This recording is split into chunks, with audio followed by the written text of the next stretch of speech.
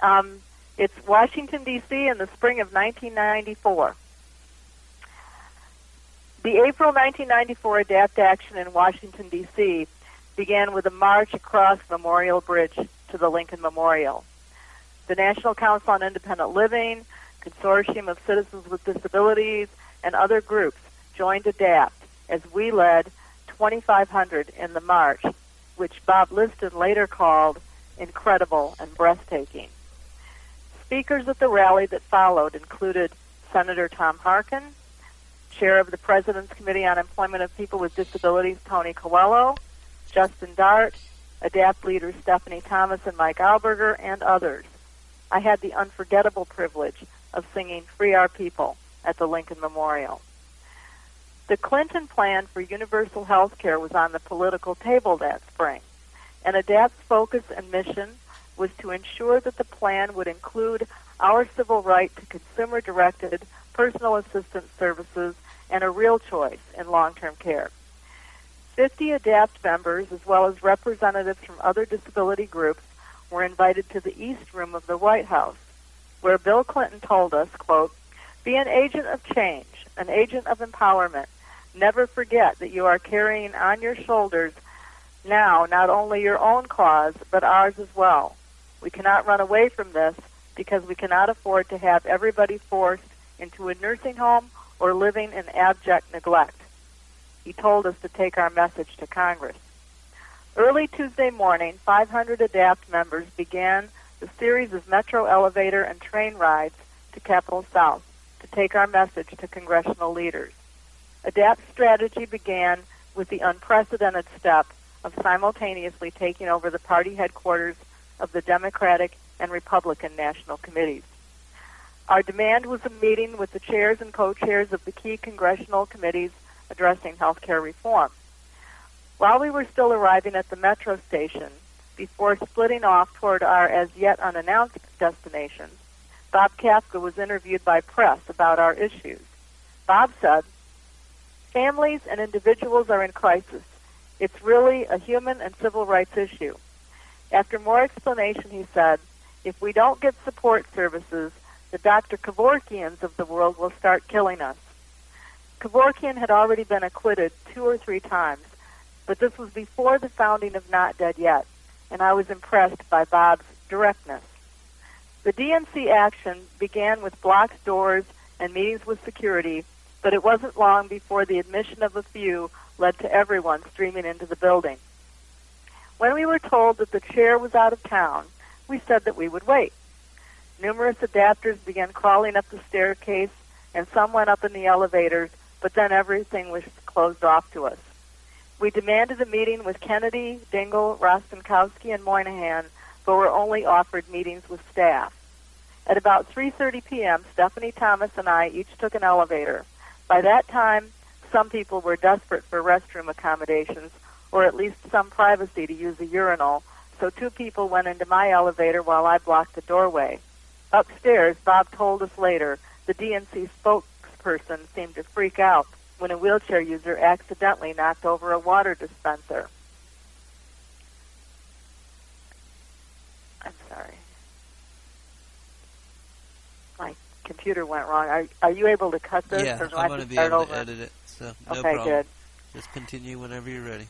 Okay. After 4 hours occupying all 3 floors of the DNC, ADAPT negotiated a peaceful departure based on the DNC spokesperson's acknowledgement that meetings with congressional staffers would not be sufficient, along with her commitment to try to set up meetings with the specific Democratic leaders on our list.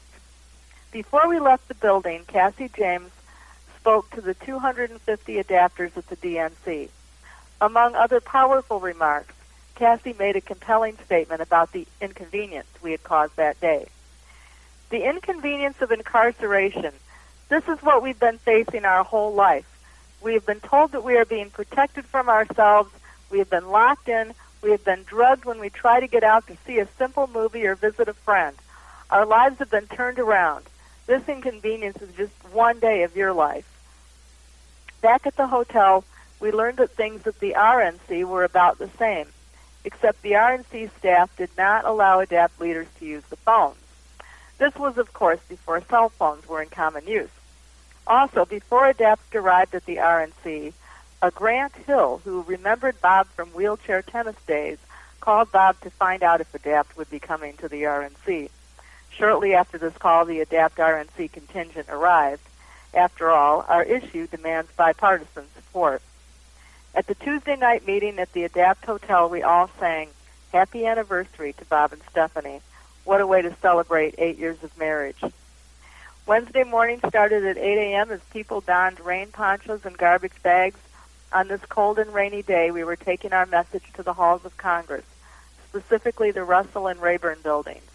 Congressman Dingell, chair of the House Energy and Commerce Committee, offered a meeting to the 250 adapters in the Rayburn contingent. The congressman's initial idea of the meeting was that he would speak to us about working to get votes for the president's universal health care plan. At first, it was difficult to get him to listen to our concerns.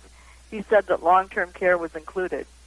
Stephanie pushed, saying that he needed to listen to us, that we would only be there one more day, that attendance services are not generic long-term care. Then others spoke up for the ADAPT plan, too, like LaTanya Reeves, who said, people would not have to move all over the United States because in their hometown they don't have attendance services. I would rather move than be locked up, mistreated, and my dignity taken away. Bob said that we're always told there's no money for consumer-directed in-home services, but they can always find an entitlement for hospitals, nursing homes, and home health. Mark Johnson said that the president's plan does not draw a line in the sand and say it's about people, not profits. The applause rose up as each member made our case for reversing the institutional bias. Next, at the Russell Building, 250 adapters met with top aides for Senators Kassebaum, Kennedy, and Moynihan, and secured agreements for follow-up meetings back home. I was in the group that next went to the offices of then-House Minority Whip Newt Gingrich. Along with several Georgia adapters, I got into his inner office where a drawing from the home health industry was on display. At first, Gingrich was reportedly not available at all that day, but we said we would wait. Before long, he miraculously appeared. A Georgia adapter named James spoke about having been in a diving accident and winding up in a nursing home for 10 years. He said that home health would not come and get him up every morning. He waited years until a slot opened up on the Georgia Attendant Services Program that then served only 50 people. But he had now been living independently for 5 years. Mark Johnson estimated that 6,000 more people in Georgia needed that program.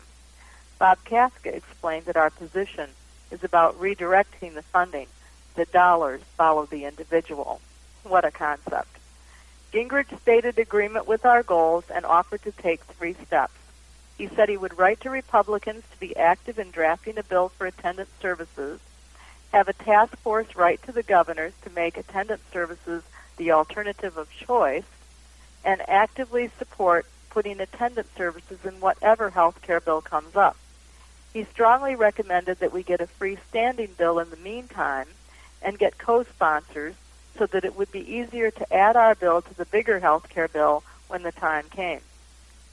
Gingrich also acknowledged that if we had not come up to see him that day, it might not have gotten my attention.